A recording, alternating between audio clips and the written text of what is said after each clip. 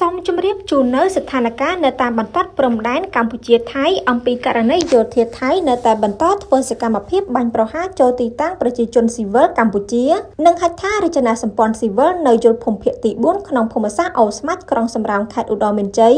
នាថ្ងៃទី24ខែធ្នូឆ្នាំ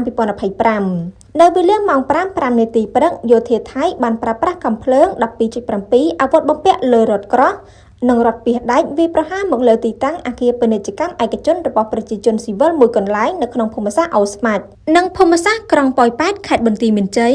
នៅវេលាម៉ោង 9:12 នាទីយោធាថៃបានបាញ់ប្លង់ចំនួន 2 គ្រាប់ចូលក្នុងភូមិសាស្ត្រក្រុងប៉ោយប៉ែត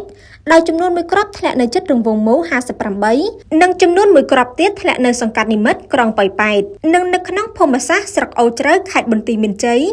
នៅវេលាម៉ោង 9:40 នាទីយោធាថៃបានបាញ់ប្លង់ចំនួន 1 គ្រាប់ដែលបណ្ដាលឲ្យប្រជាពលរដ្ឋរងរបួសចំនួន 2 នាក់នៅក្នុងភូមិសាស្ត្រកូនត្រីស្រុកអូជ្រៅជិតផ្លូវជាតិលេខ 5 ខេត្តបន្ទាយមានជ័យ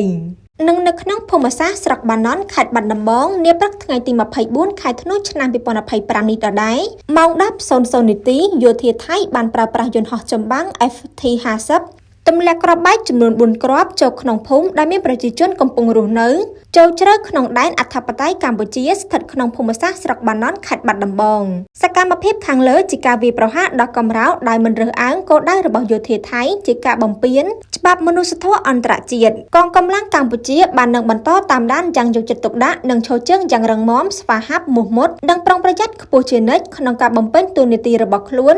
ដើម្បីការពារមរណភាពទឹកដីរបស់កម្ពុជា